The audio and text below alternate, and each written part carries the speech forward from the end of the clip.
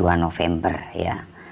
Keterlambatan sudah 142 hari ya. Jadi 4 bulan lebih ya. Ini untuk cicilan yang pertama.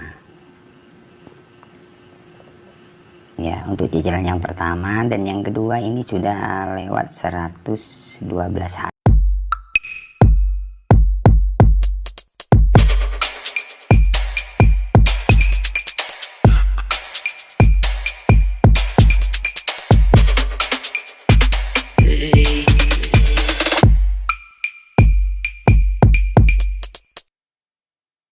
Assalamualaikum warahmatullahi wabarakatuh. Balik lagi di channel Markas Pinjol teman-teman ya. Oke teman-teman, seperti biasa di video kali ini saya akan berbagi lagi tentang gagal bayar di aplikasi kredit pintar ya. Dimana di aplikasi kredit pintar ini sudah telat sekitar 4 bulan ya. Dengan nominal pinjaman sekarang sudah mencapai 6 juta ya, kalau nggak salah 6 juta teman-teman ya. Untuk aplikasi ini untuk daerah Jogja ya. Jadi di aplikasi ini yang telat ini lokasi Jogja ya. Jadi buat teman-teman yang saat ini terjerat di aplikasi kredit pintar, kalian bisa simak terus video ini ya. Karena di sini kami akan berbagi pengalaman ya gagal bayar di aplikasi kredit pintar. Oke, seperti biasa teman-teman ya, langsung saja di sini saya buka tagihan ya.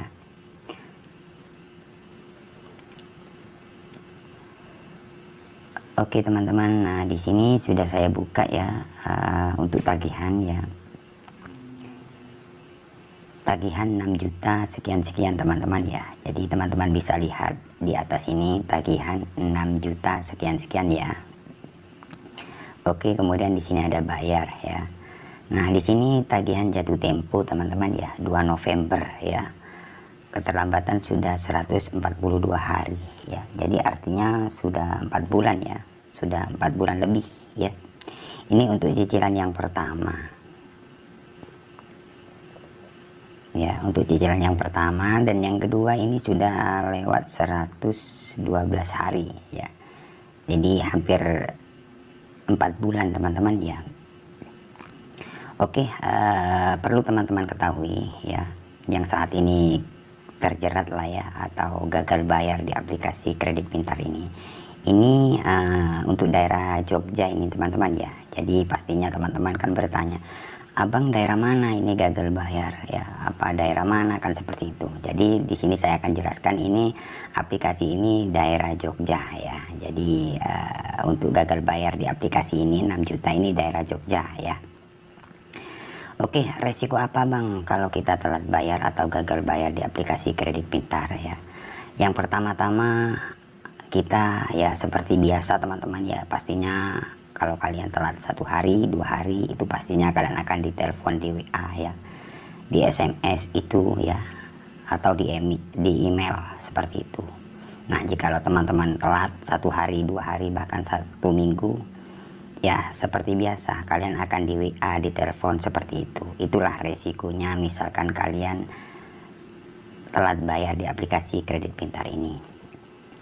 Oke, misalkan teman-teman sudah telat 1 minggu ke atas atau 2 minggu 3 minggu, biasanya kalau kalian masih belum bisa melunasi, biasanya dari pihak aplikasi kredit pintar ini akan WA kalian ya, bahwasanya tim lapangan akan menjemput dana ke rumah sesuai aplikasi tanpa potongan sepeser pun. Itu biasanya kalau kalian sudah telat 2 minggu ke atas atau bahkan 3 minggu seperti itu. Nah, itulah resikonya. Jadi saran saya memang seperti itu teman-teman ya. Memang resikonya kalau kalian telat bayar ya atau gagal bayar memang seperti itu. Kalian akan dapat WA, telepon dengan cara-cara ya, tim kolektor mau datang ke rumah, ke tempat kerja. Nyatanya sejauh ini untuk daerah Jogja ini masih aman, masih belum ada DC yang datang ke rumah ya. Jadi saya informasikan ini masih belum ada DC, keterlambatan sudah 4 bulan ini masih belum ada ya. Ini daerah Jogja loh ya. Karena teman-teman banyak yang bertanya, bang saya ada tagihan ya untuk daerah Jawa Barat, Jawa Tengah, Jawa Timur ini apakah ada DC lapangannya? Itu pertanyaan yang sering ditanyakan. Jadi saya infokan di sini, ini untuk aplikasi kredit pintar ya. Ini untuk daerah Jogja ini aman ya sejauh ini, nggak ada DC. Tapi kalau kita telat 2 minggu, 3 minggu, biasanya teman-teman akan dapat WA bahwasanya tim kolektor mau datang seperti itu. Jadi itu sudah biasa teman-teman ya. Jadi buat kalian yang masih belum mampu bayar, kalian nggak usah panik ya, nggak usah takut ya, itu tidak bakalan datang ya, karena ini bukti bahwasanya gagal bayar ya. Dari kemarin sudah dapat WA seperti itu ya, bahkan dapat video ya, tim kolektor sudah dekat di lokasi Anda ya. Setelah dari nasabah ini lanjut ke rumah Anda seperti itu sudah biasa. Biasanya dapat surat ya, suratnya itu lewat WA, itu sudah biasa. Jadi buat kalian itu tidak bakalan datang ya, itu sepengalaman saya. Bahkan banyak teman-teman yang didatangi yang juga banyak ya, yang nggak didatangi juga banyak. Entah kenapa gitu loh, padahal DC kredit pintar itu ada, tapi ini untuk daerah Jogja aman loh ya, aman. Tapi sebagian ada yang didatangi. Jadi saran saya, misalkan kalian telat bayar ya, kalian nggak usah takut lah ya, nggak usah panik ya, cukup kalian respon. Misalkan ada WA apapun kalian respon. Responnya gimana bang ya, misalkan kalian belum ada dana ya tinggal kalian bilang belum ada dana, seperti itu ya. Nggak usah panik ya, nggak usah panik. Misalkan DC mau datang ke rumah, ke tempat kerja, itu sudah biasa. Memang cara-cara penagihan dari pinjol memang seperti itu teman-teman ya. Tim kolektor mau datang atau data Anda kami alihkan ke pihak ketiga, itu sudah biasa ya. Bahkan teman-teman yang didatangi itu biasanya DC yang datang itu enggak seperti itu ya. Tim kolektor mau datang ke rumah tidak seperti itu, tahu-tahu tiba-tiba datang ke rumah, itu aja sih. Kalau dapat WA seperti itu, kalian tidak bakalan didatangi, karena kalau DC memang mau datang ke rumah biasanya tidak menginformasikan seperti itu. Tahu-taunya ya datang ke rumah. Bang, misalkan kita didatangi DC kredit pintar, bagaimana bang kalau kita tidak ada dana? Ya tinggal kalian bilang sih ya, misalkan DC datang ke rumah ya, tinggal kalian bilang masih belum ada dana pak, masih cari ya, seperti itu aja sih. Karena DC itu tugasnya ya seperti itu ya, kalaupun memang datang. Tapi sepengalaman saya, DC yang datang ke rumah itu biasanya dari teman-teman subscriber itu yang telat seperti ini, itu biasanya ganti nomor atau nggak pernah respon. Misalkan ada WA, ada telepon, dia mematikan nomor atau ganti nomor karena takut, karena sering diteror ya. Jadi teman-teman yang nggak didatangi contohnya seperti ini ya, kayak sahabat saya ini ya, sahabat subscriber ini amannya yang nggak didatangi DC, karena selalu respon. Misalkan nggak ada dana ya tinggal bilang nggak ada dana, nggak pernah panik. Misalkan DC mau datang ya tinggal balas saja, atau kalian jawab ya pak silakan saya tunggu jam berapa, hari apa, gitu aja sih ya. Apa yang kalian takutkan, karena kalian memang tidak ada dana. Karena teman-teman yang takut itu nggak bayar, kemudian takut DC datang ke rumah, ke tempat kerja, itu aja sih. Sebenarnya yang ketakutan itu dari diri kalian sendiri sih, takut DC datang. Sebenarnya kalian balas aja, respon dengan baik ya. Ya, insya Allah aman dari DC. Contohnya ini masih belum ada. Seandainya datang DC, tetap saya informasikan buat kalian ya. Di sini saya tidak mengajarkan kalian untuk gagal bayar atau mengajak kalian untuk gagal bayar, tidak. Di sini saya cuma berbagi, karena channel saya ini berbagi ya tentang gagal bayar pinjaman online ya, baik itu ilegal maupun legal. Karena masih banyak teman-teman kita yang telat bayar atau gagal bayar itu panik dan takut didatangi DC, takut disebar data. Itu aja sih yang ditakuti. Sebenarnya misalkan teman-teman nggak panik, ada WA seperti apapun kalian respon, tapi jangan kalian respon terus. Misalkan satu hari ada 20 nomor, kalau kalian respon terus kalian nggak bisa kerja ya. Cukup kalian balas 1 nomor atau 2 nomor seperti itu ya. Tinggal kalian infokan aja masih belum ada dana pak ya, masih cari dana, masih nunggu gajian, gitu aja sih ya. Makanya saya sering bilang ya, buat teman-teman yang gagal bayar. Yang pertama, misalkan kalian telat bayar atau gagal bayar, kalian harus kuat mental. Itu aja sih, karena kalian akan diteror di WA, ditelepon dengan cara-cara tim kolektor, ataupun ada teman-teman yang disebar data ke Facebook, ada. Karena kenapa saya bilang seperti itu? Karena banyak yang sharing sama saya, "Bang, data saya sudah disebar di Facebook ini, Bang." Ya, "Bang, data saya sudah disebar." Ya, setelah saya tanyakan ternyata nggak pernah respon, ada WA, ada telepon, bahkan memblokir. Nah, mungkin dia dari pihak aplikasi itu mungkin marah karena nggak pernah direspon, ataupun ada WA yang masuk dia blokir. Nah, artinya ketahuan kalau dia sudah tidak ada etikat baik atau mengabaikan seperti itu. Ya, banyak juga dari teman-teman yang komentar, "Bang, dari channel sebelah kenapa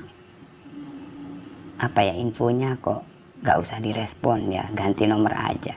Ya terserah, di sini saya cuman berbagi gitu loh, ya, berbagi tentang gagal bayar di pinjaman online ya. Jadi kalau saran saya nggak usah ganti nomor. Kalau kalian ganti nomor, bisa saja dari pihak penagih akan menghubungi di luar kondar kalian atau disebar data seperti itu. Ya, kalau kalian mau ganti nomor aja biar nggak berisik, nggak apa-apa, terserah kalian ya. Karena di sini saya cuma berbagi ya. Ini contohnya 6 juta ini. Sejauh ini sudah terlambat 4 bulan aman, nggak ada DC, nggak ada sebar data. Karena apa? Nah, ya selalu merespon, ada WA apapun selalu respon, tinggal bilang, tidak main kabur, ganti nomor, kemudian ada WA diblokir. Ngapain blokir? Ketahuan kalau kalian blokir atau ganti nomor kalau kalian panik dan ketakutan. Makanya dari pihak pinjol selalu meneror kalian. Kalau kalian berani, istilahnya berani membalas WA, ada telepon angkat. Memang biasanya kalau kita angkat atau balas itu biasanya kita dimarah-marahin atau tidak mau tahu alasan apapun dari pihak pinjol. Jadi memang seperti itu resikonya ya. Misalkan kalian balas biasanya WA atau tagihan dari pihak aplikasi tersebut, kalau kalian masih belum ada dana biasanya memang tidak mau tahu, bahkan kita biasanya dimarah-marahin atau ya istilahnya digretak-gretak seperti itu. Tapi memang seperti itu. Kalau kalian takut atau nggak pernah respon, itu bisa saja data kalian disebar atau menghubungi di luar kondar ya. Jadi intinya, misalkan kalian telat bayar atau gagal bayar di pinjaman online kredit pintar, kalian respon aja seperti apapun pertanyaan dari pihak aplikasi tersebut atau pihak penagih tersebut, kalian respon, nggak usah takut. Ya, memang risikonya ya biasanya dimaki-maki atau dimarah-marahin, itu sudah biasa. Ya, kalau kalian selalu merespon, biasanya dari pihak pinjol tidak akan selalu meneror kalian karena kalian tidak panik dan takut. Ya, contohnya kalian bisa lihat di video-video sebelumnya ya. Itu banyak kredit pintar yang nggak dibayar, tapi nyatanya aman sih ya. Nah, seperti itulah teman-teman. Misalkan kalian telat bayar, gak usah panik, respon aja dengan baik. Misalkan teman-teman mau ganti nomor, silahkan. Di sini saya cuma berbagi pengalaman saya karena ini masih ada aplikasinya ya. Bukan hanya bicara, "Oh ganti nomor aja gini-gini." Ntar kalau disebar datanya, kalian akan marah kan, seperti itu sih. Ya, jadi respon aja dengan baik, jangan terlalu takut hadapi karena pinjol memang seperti itu, cara-cara penagihannya bikin kita ketar-ketir ya teman-teman. Jadi untuk aplikasi ini, untuk tagihan 6 juta ini sejauh ini masih aman, belum ada DC datang ke rumah ya ataupun sebar data. Misalkan ini didatangi, tetap saya infokan buat kalian ya, karena masih banyak teman-teman subscriber ataupun penonton di channel saya itu ketakutan, takut didatangi DC ya. Misalkan teman-teman sudah dapat surat ataupun foto, tim kolektor itu tidak bakalan datang ya. Seandainya datang tidak akan menginformasikan seperti itu. Biasanya langsung aja datang untuk DC. Itu infonya teman-teman ya. Jadi buat kalian misalkan sudah dapat video atau surat ataupun foto, tim kolektor itu tidak bakalan datang 100% ya. Oke, semoga video ini bermanfaat buat teman-teman yang saat ini terjerat di aplikasi kredit pintar. Jangan lupa like, komen, dan subscribe channel ini ya. Saya akhiri. Assalamualaikum warahmatullahi wabarakatuh.